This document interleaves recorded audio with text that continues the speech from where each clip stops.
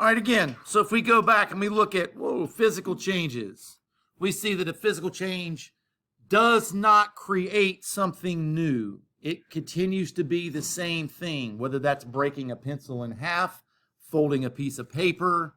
I think the big ones that we talk about is when it's a change of state of matter. That means moving from solid to liquid and gas. So that's mostly talking about water. So physical change, I can change the size of something, right? I can take a piece of paper that's this big and crumble it down into a tiny little ball. I can change the shape of something. I can fold that piece of paper into a triangle. I can change the state of matter. That means changing from solid to liquid to gas, especially with water, is a big one. If I break my pencil, that is a physical change.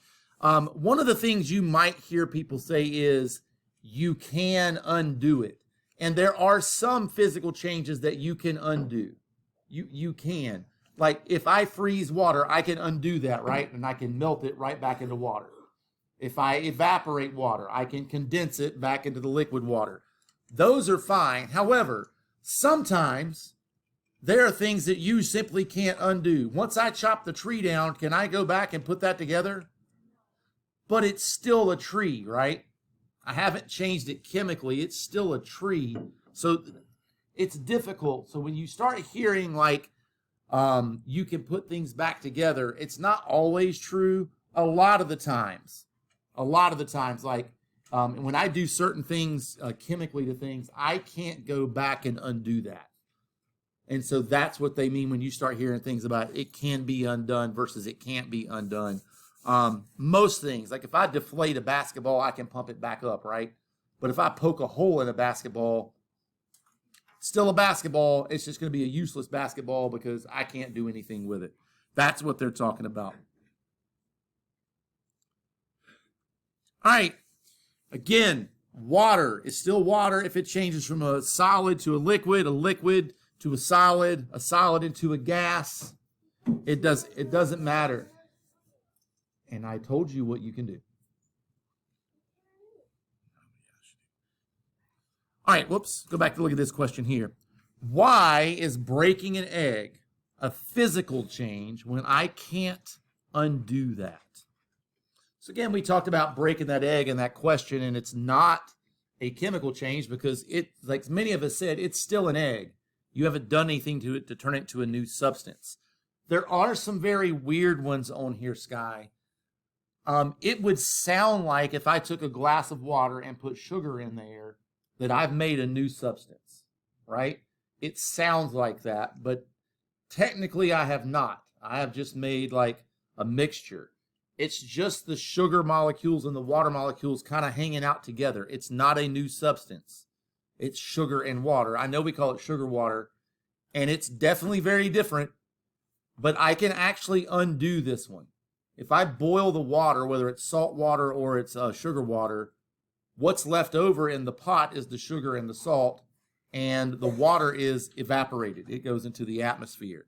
So again, you have to be careful with these. It can get kind of tricky when you talk about dissolving things like sugar or salt into water.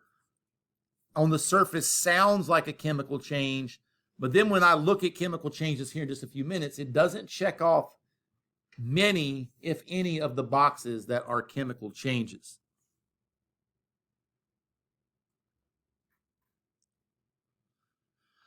Cindy said that when water changes from a solid to a liquid into a gas, it's a chemical change because a new substance has been formed. Is she correct? So again, most of us should have said, I know some people might still be confused. It's brand new. We haven't talked about it a lot. That's fine. When water changes its state, solid to liquid to gas, any of those things in there in that triangle that we have on our anchor chart up front, all of those are physical changes. All of those are physical changes. But now let's talk about the next one, Victoria. We're going to talk about chemical changes. When you have a chemical change, you have a new substance formed at the end of that. When you have a chemical change, you are going to form a new substance. That, Ellie, is probably the biggest difference between physical and chemical changes. Physical changes, it stays the same thing. Chemical change, you have something new that is formed. Baking a cake is a fantastic example of chemical changes. You cannot go back and undo that. I can't go back and get the eggs and the flour and the sugar. I can't get those things back out. Now, in a minute, we're going to talk about some of the things that will kind of point you to if it's a chemical change or not. Some of those things is there an odor? Is there an odor when you're baking a cake? If you got home today and someone was baking a cake in your house, would you know it? Yes, absolutely. Or baking cookies or brownies. If they're baking brownies, please bring me one tomorrow. Edge brownie, preferably. I want the middle one. The edge brownies are better. All right, next. If there is a gas formed, and you're probably saying, Mr. Barnes, there's no gas formed when you make a cake. Think about cutting that cake in half. Picture that. Can you see the cake cut in half? Do you see the little bitty spaces in between the cake, how the cake is kind of spongy?